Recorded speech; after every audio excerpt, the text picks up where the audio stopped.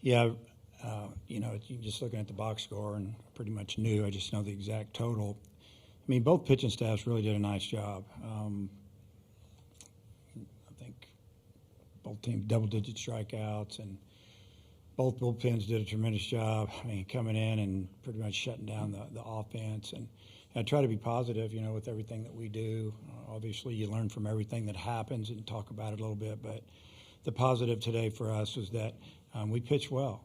We pitched good enough to win. And, I thought Zach, he got a couple bad breaks in the first inning. We spotted him 5. I felt like they'd have scored maybe 1. We fielded the ball all year, and we've turned double plays, and we didn't do it today, and it cost us. I didn't think their 5 runs would hold up. I thought we'd score 5, but we didn't. So hats off to them for that. But the positive for me today was Gackle and Gibbler, and then Fouch coming in, getting him one hitter. But Zach threw pretty good. He gave up some hits, but 5 runs, one was earned. He should have been off the field pretty quick, couple innings in, and who knows how the game would have turned out. But I don't know. That's about all I got. Thanks, Coach. Any question for the players? Please raise your hand in the back left. Cam, Mitch Davis, MitchDavisShow.com. What were y'all seeing out of Riley today that maybe you didn't see a couple months ago in Oxford? I can't speak to it a whole bunch. I think he is who he was, and he was throwing inside to some of our guys. Fastball, cutter. Just gotta be more on the attack and more aggressive. Next for the players.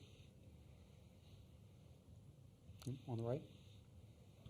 Zach, Matt Howling from World Baseball Network. What's it like to have a guy like Helfrich behind the dish, and also your mentality after the first inning, after getting roughed up a little bit? Yeah, Ryder's the best catcher I've thrown to my entire life, and he calls a great game, and he gets a lot of pitches that are borderline. And I went out the second inning, just stuff didn't go my way, so I went out thinking still 0-0 ball game. Next for the players. Third row left. Hunter Lauder, ESPN Gainesville. Cam, did you see anything when you hit that ball to the right center gap, the outfield collision there? Yeah, I was rounding first, and I saw them both dive. I saw them both on the ground, and I was thinking 3 out of the box because it's a big ballpark.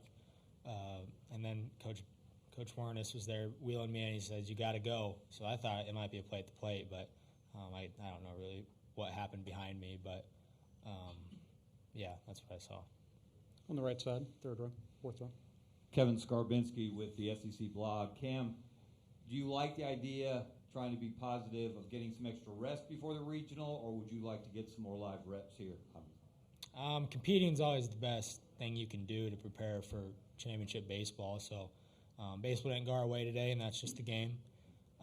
But we can see it as a positive and use it as a restful time. Come closer together as a team. Spend some time that way practicing, just spending time together, and we're excited to go and compete in the regional. Okay, any more for the players? If not, Cam, Zach, congratulations on your season so far, and good luck the rest of the way. Thank you. Thank you.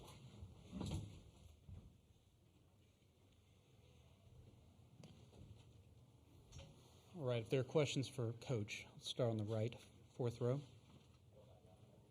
Dave, I'll ask you the same question in kind of a different way. There's always a question of rest versus rust. Would you rather keep playing, beyond the fact you want to win the tournament, to get ready for next week, or can that rest help?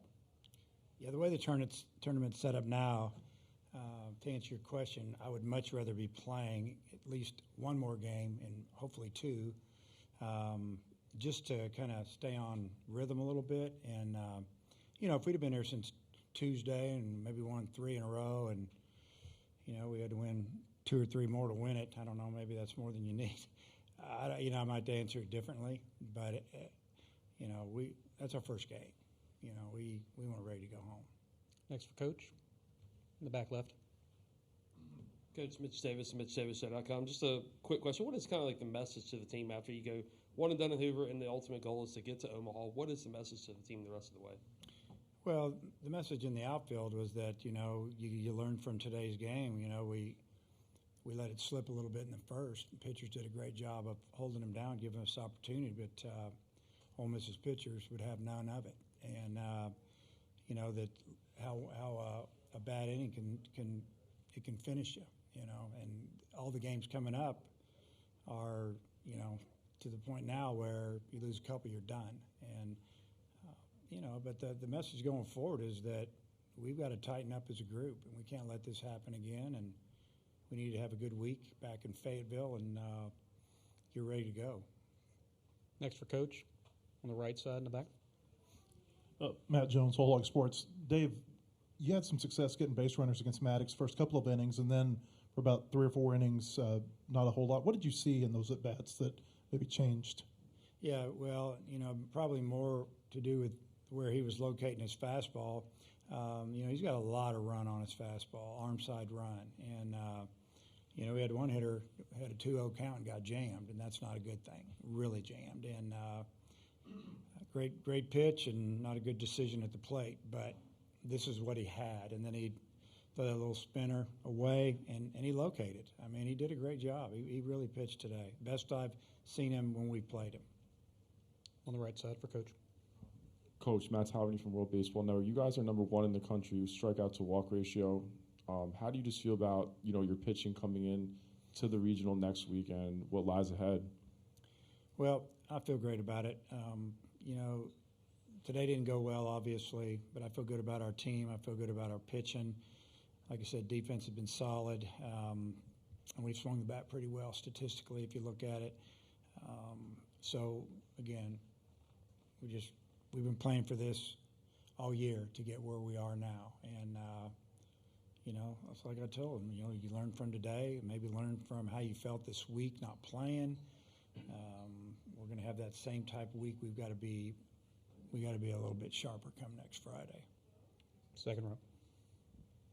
Joe Healy, D1 Baseball.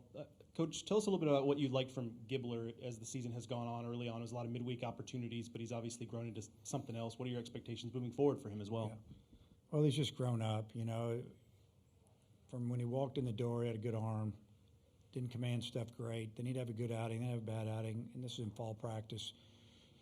Kind of, you know, pitched with an attitude almost too much, where it felt like if you pitch like that, you're going to be 1 inning max guy. You know, you can be better than that. And he really calmed it down, and his stuff is obviously really hard to hit.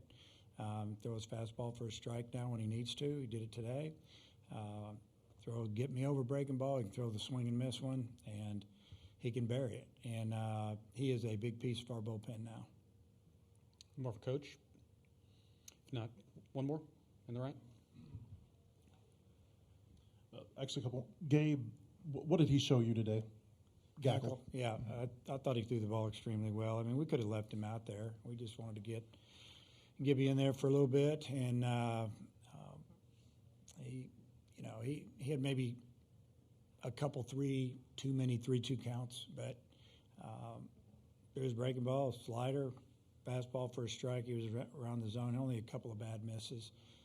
Just sits in the mid-90s. He can pitch, and you know, we can use him in so many different roles, whether we finish a game with him, start him, long relief, and he's such a good teammate, he doesn't care what he does.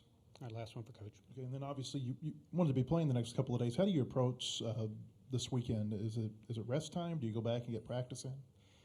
Well, tomorrow will be a day that you know, we'll have the field, the weight room open for them, and we'll be up there hanging around. If they want to come around, we'll do some things, but I don't think we're going to give them 2 days off in a row. We just need to see them and keep them rolling, and but we'll rest them.